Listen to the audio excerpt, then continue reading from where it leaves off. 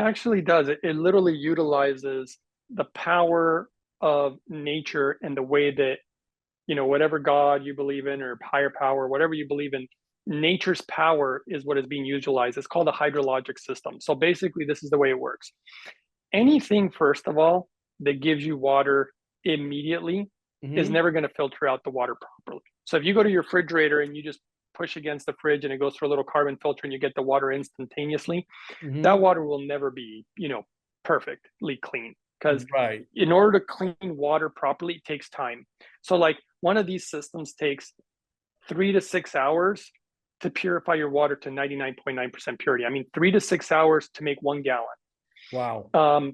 Personally, I have, well, you can see behind me, if you can see it, I literally have a gallon right there in a glass jug. And that's what I do. I run the machine and I'm putting the water in glass jugs. They have more expensive units where they have a whole tank and it's making the water and just filling and holding it in a tank. But I mean, we're talking But again, does it go 3 to through 6 like hours. a carbon filtration or some ceramic filtration system? How does it work? Yeah, so the hydrologic system works like this. When you heat up the water, so think about Mother Nature. It all starts with hydrogen, one of my favorite things, right? And the sun hits the ocean and heats it up. And the molecules actually begin to vibrate at a different frequency, a different rate. And as they do that, they turn to steam. And as the steam uprises, like the name of my YouTube channel, as it's uprising, it actually begins to leave all impurities behind. It's actually very biblical because it's ascending.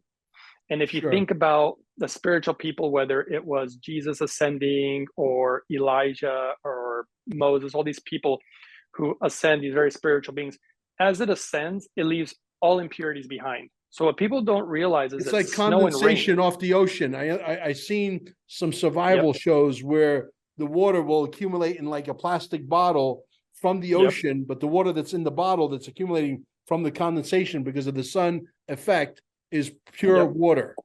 Is that what we're talking about? That's exactly it. Yeah, it leaves all those, like all that salt behind from obviously the ocean, but it leaves all these impurities. It's almost like it's shaking them off. The molecules vibrate and it's just shaking everything off. And as the higher it rises, the cleaner it is. And so when it comes down as rain or snow is distilled water. The only difference with a machine is that it gets almost every single impurity, except for a few. There's a few that it doesn't. And so it uses carbon at the very end. And carbon can eliminate the last few things easily. It's like no big deal for it at that point. Unless sometimes I'll run the water through a carbon filter and then I'll run it through my distiller. And I'll do that sometimes. But you have to do both if you want to purify your water to the highest degree. And there's something in everybody's water that like almost nobody's talking about. But you can pull it up on, even news outlets have talked about it for like 30 seconds. Like they talk about it real quick and then they want to shove it under the rug. And that's something called PFAS. And we know that PFAS is a nasty, nasty chemical.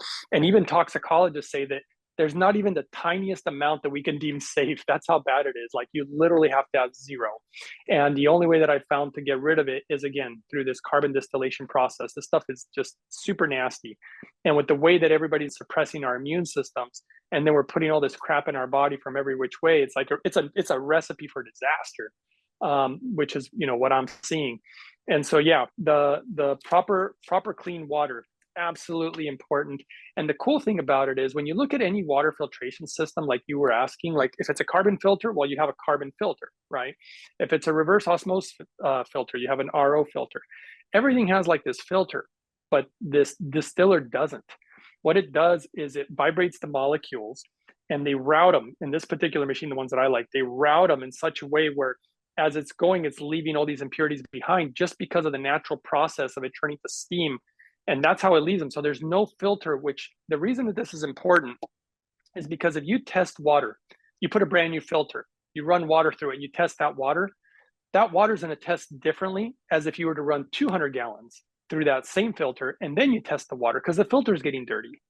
And that's what people don't realize is the filter is getting dirty. And here they're telling you, oh, you can filter out 5,000 gallons through that filter. After 300 gallons, that water is just not going to be as clean. And after 1,000 gallons, it just gets really dirty. And so all these things that use filters don't really work that good. As compared to the distiller, the quality is the same every single time because there is technically no filter. It's using the power of the hydrologic system, the steam and the shaking of molecules. The little carbon filter at the end is the only thing, but it doesn't have to deal with that much. by the time it reaches, the carbon filter. There's very little bit for it to deal with. So you just get that really, really high quality water, and that's all I drink. And obviously I put a lot of hydrogen in it. But that's clean water is so important right now. I think they've really infiltrated our water, also our water supply. It's pretty bad. Yeah.